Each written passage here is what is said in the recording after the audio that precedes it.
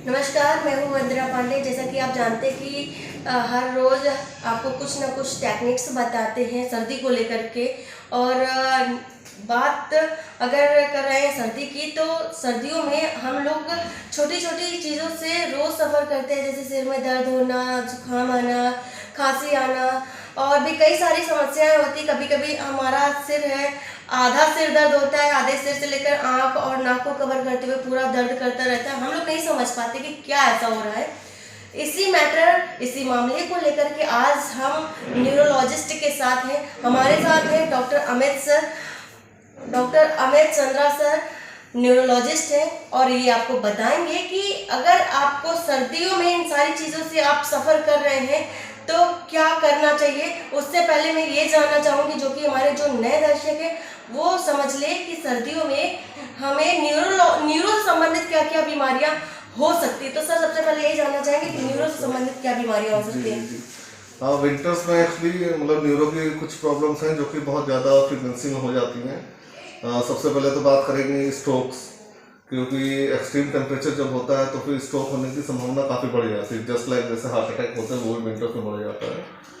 तो पहली चीज़ तो ये है, तो उसके लिए हमें अवॉइड ये करना है कि बहुत ज़्यादा एक्सट्रीम टेम्परेचर में ना रहे, हम ठंडे पानी से ना नहाएं और तुरंत ही पानी जो है सर पे ना डालें। पहले चेक कर लें टेम्परेचर उसका, पैर वगैरह हाथ वगैरह लगा के काफ़ी अगर ठंडा है तो उससे मत नहाएं। उसको थोड़ा सा बराबर टेम्परेचर करके तभी हम लोग नहाएं और ज़्यादा बाहर ना रहें, ज़्यादा देर के लिए ना रहें कि बॉडी टेम्परेचर मेंटेन रहे। दूसरी चीज़ ये है कि जो नसों की प्रॉब्लमें होती हैं वो विंटर्स में बढ़ जाती हैं। जैसा कि किसी को पहले भी हुआ है, जो बीमारी सुनी होगी आपने जीपीएस, तो उन सब का क्या होता है कि इसमें एक्सर्बेशन हो जाता है कि मतलब उनको फिर से थोड़ी बहुत कमज़ोरी या झंझनाहट वगैरह महसूस होने लगती है। तो वो भी एक आम बात है, मतलब लेकिन ये कि अगर उनको ज़्यादा लग रहा है तो फिर उनको तुरंत न्यूरोलॉजिस्ट को दिखाना चाहिए। और स्ट्रोक का तो आप लोग को सबको पता ही होगा कि भाई अगर चेहरा टेढ़ा लग रहा है, कमज़ोरी लग रही है या आधे बदन पे झंझनाहट टाइप की महसूस हो रही है तो तुरंत उनको दिखाना है, उसको हल्के में नहीं लेना है। अच्छा, एक चीज़ ये भी है कि स्ट्रोक में मैं देख रहा हूँ कि अवेयरनेस कम है काफ़ी यहाँ पे भी, क्योंकि उसमें ये होता है कि 4.5 घंटे के अंदर अगर पेशेंट आता है तो फिर हम एक अलग तरीके की दवाई देते हैं उसमें खून पतला करने की।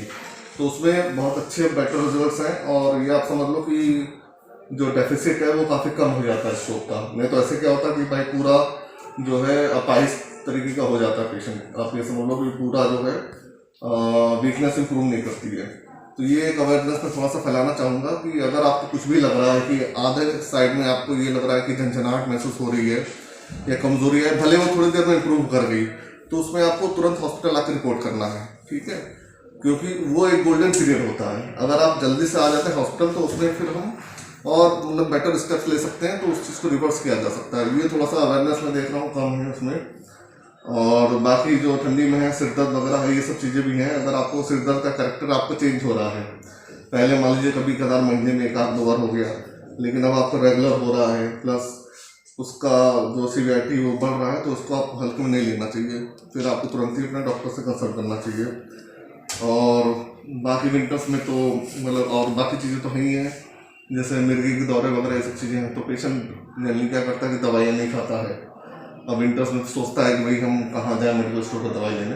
तो ये चीज़ें थोड़ी सी अवॉइड करनी है कि दवाइयों का उसको नियमित रूप से उसका सेवन करना चाहिए। ये भी जानना चाहेंगे कि जैसे कि आपने भी बताया बीच में कि जब आधा सिर दर्द करने लगता है और सिर के साथ साथ कान और नाक को भी कवर करता हो सकता है, तो सर इन कंडीशन में क्या करना चाहिए। अब उस टाइम में तो आप कोई भी पेन किलर ले लें एक्यूट के लिए, लेकिन आप तुरंत जल्दी से जल्दी एक न्यूरोलॉजिस्ट को दिखाएं, क्योंकि फिर उसका आगे हमें देखना पड़ेगा कि भाई ऐसा क्यों हो रहा है। क्योंकि ये कुछ गंभीर रोगों के लक्षण हो सकते हैं इनिशियल में। तो अगर इनिशियली इस चीज़ को पकड़ लिया गया तो उसका इलाज हम कर सकते हैं अच्छे से। सर, गंभीर रोगों के बारे में बात करें तो किस तरह के लक्षण, मतलब किस तरह के रोग, जैसे भाई ट्यूमर है, कुछ और है, या कई बार होता है कि स्ट्रोक भी होते हैं, तो उसमें भी हमें पूरी तरीके से खारिश नहीं मिलती है। अगर वो दूसरे एरिया को इन्वॉल्व कर रहा है ब्रेन को, उस एरिया को नहीं इन्वॉल्व कर रहा जहाँ से हाथ पैर हमारे चलते हैं, तो उसमें यही मिलेगा कि सिर दर्द बहुत तेज हो रहा है, आधी तरफ उड़ा हुआ है। तो सिर्फ हो सकता है सिर दर्द ही इस चीज़ का इंडिकेशन हो कि स्ट्रोक हुआ है पेशेंट को। तो अगर पेशेंट को लग रहा है उस टाइम फॉर द टाइम नहीं अपना थोड़ा सा कुछ दवाई वगैरह लेके, लेकिन जितनी जल्दी हो सकता है वो आके डॉक्टर से परामर्श करके वो करें, तो उसमें फिर हम आगे इन्वेस्टिगेट करके उस चीज़ को अवॉइड कर सकते हैं। सर और किस तरह की जानकारी आप देना चाहेंगे दर्शकों को, जैसे कि कुछ चीज़ें ऐसी होती हैं वो जी जी दूर रहते हैं, बिल्कुल नहीं आ बिल्कुल सकते बिल्कुल। हैं, तो वो उस समय अपने लिए क्या बेहतर उपचार कर सकते हैं? अब देखिए एक्चुअली यही है कि जैसे दूर रहते भी हैं तो जो डॉक्टर की सलाह है उसको स्ट्रिक्टली फॉलो करें। अब मान लीजिए डॉक्टर अगर महीने 2 महीने की दवाई दे रहा है तो जनरली पेशेंट क्या करते हैं, सोचते हैं कि पहले हफ्ते भर या 2 हफ्ते की दवा ले जाए बाद में ले लेंगे, तो ये चीज़ थोड़ा सा अवॉइड करें। उसको हो सकता है पूरी पूरी दवा ले, क्योंकि ये चीज़ तो होती है कि पेरिफेरी पे कई बार दवाई नहीं मिलती है या दवाइयाँ कुछ हो सकता है, कई बार इवन ये भी होता है कि दवाई वो मेडिकल स्टोर नहीं समझते हैं, उसकी जगह दूसरी दवाई दे देते हैं। ऐसा कई बार हम लोग सामने केस आया है। तो मेरी अपील यही रहेगी जनता से कि अपने डॉक्टर के सलाह को एकदम स्ट्रिक्टली फॉलो करें। अगर डॉक्टर साहब कह रहे हैं कि महीने 2 महीने की दवा है तो उसको वैसे ही ले लें, इस चीज़ का इंतजार ना करें कि हम बाद में ले लेंगे। और दूसरा ये है कि अगर उनको लग रहा है कुछ भी लक्षण लग रहे हैं तो उस टाइम में जो मान लीजिए सिर दर्द हो रहा है तो सिर दर्द की दवा ले ली, या कुछ और चीज़ हो रही है तो उस चीज़ का बस आप सिम्टोमेटिक ट्रीटमेंट लेके और उसको जल्दी से जल्दी दिखा लें। कई बार इवन ये भी होता है कि पेशेंट चल नहीं पा रहा था, जैसे स्ट्रोक होते हैं, जो पोस्टीरियर सर्कुलेशन स्ट्रोक होते हैं, तो उसमें सिर्फ यही सिम्टम आपको मिलेगा, बहुत तेज आपको चक्कर आने लग रहा है और आप चल नहीं पा रहे ठीक से।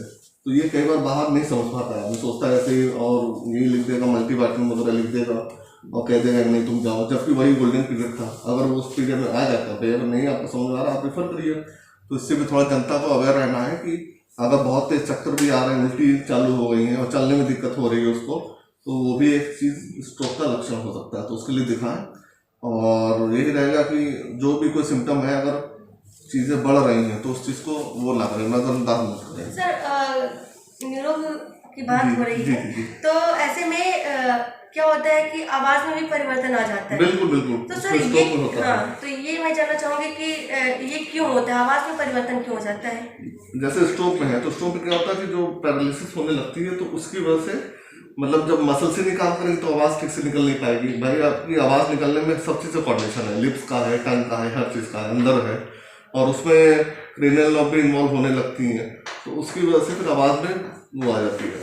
और दूसरी जो बीमारियां हैं और जैसे जो कि अंदर मसल्स को इन्वॉल्व करती हैं, जो नसों को इन्वॉल्व करती हैं, जैसे आपने देखा होगा मोटर न्यूरॉन डिजीज एक होती है, वो एल्डरली पेशेंट्स में होती है, तो उसमें शुरुआत में ही यही होता है कि वो निकलने में पेशेंट प्रॉब्लम आता है, तो धीरे धीरे बढ़ता है, तो उसमें भी पेशेंट नज़रअंदाज कर लेता है। तो ये सब चीज़ें नहीं करनी चाहिए, क्योंकि अगर पहले थोड़ा सा होता है तो फिर बेटर हम पेशेंट को गाइड कर सकते हैं। तो ऐसे पेशेंट क्या है कि दर बदर की ठोकरें खाता रहता है, कोई और डायग्नोस कर नहीं पाता उस चीज़ को, तो फिर सर क्या कोई घरेलू उपचार भी होते हैं, घरेलू चीज़ें जो होती हैं उनको खाने से भी राहत मिल सकती है, ऐसा कुछ है नीरो में?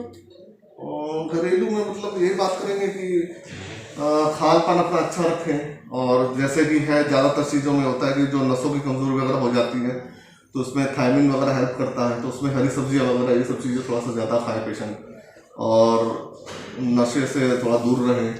चाय वगैरह भी बहुत ज़्यादा नहीं पीनी है, बहुत स्ट्रॉन्ग, क्योंकि ये चीज़ें नहीं पता सर होती हाँ है। सर, ये मैं ये पूछने वाली थी। चाय एक्चुअली अगर आप बहुत स्ट्रॉन्ग और बहुत ज़्यादा पूछें तो उससे भी थायमिन डेफिशिएंसी होती है, ये थोड़ा सा अननोटिस चली जाती हाँ है। सर, क्योंकि चाय सर्दियों में कुछ ज़्यादा ही बिल्कुल होती है। एग्जैक्टली, भले आपको कम टाइम मिल रहा है लेकिन आप लीजिए लंच वगैरह ये सब चीज़ें करिए, क्योंकि अगर आप अपना डेली शेड्यूल नहीं मेंटेन करेंगे तो जो माइग्रेन वाले पेशेंट होते हैं तो उनको सिर दर्द फिर होने लगता है।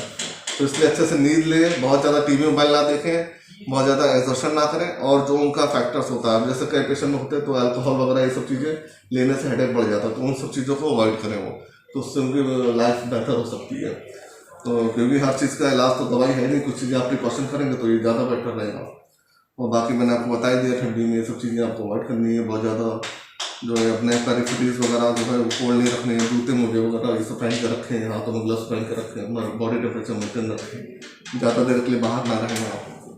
तो ये डॉक्टर चंद्रा ने बताया कि बॉडी टेम्परेचर आप अगर अनुकूल रखते हैं तो जाहिर सी बात है आप कई सारी बीमारियां जो बड़ी हैं उनसे बच सकते हैं।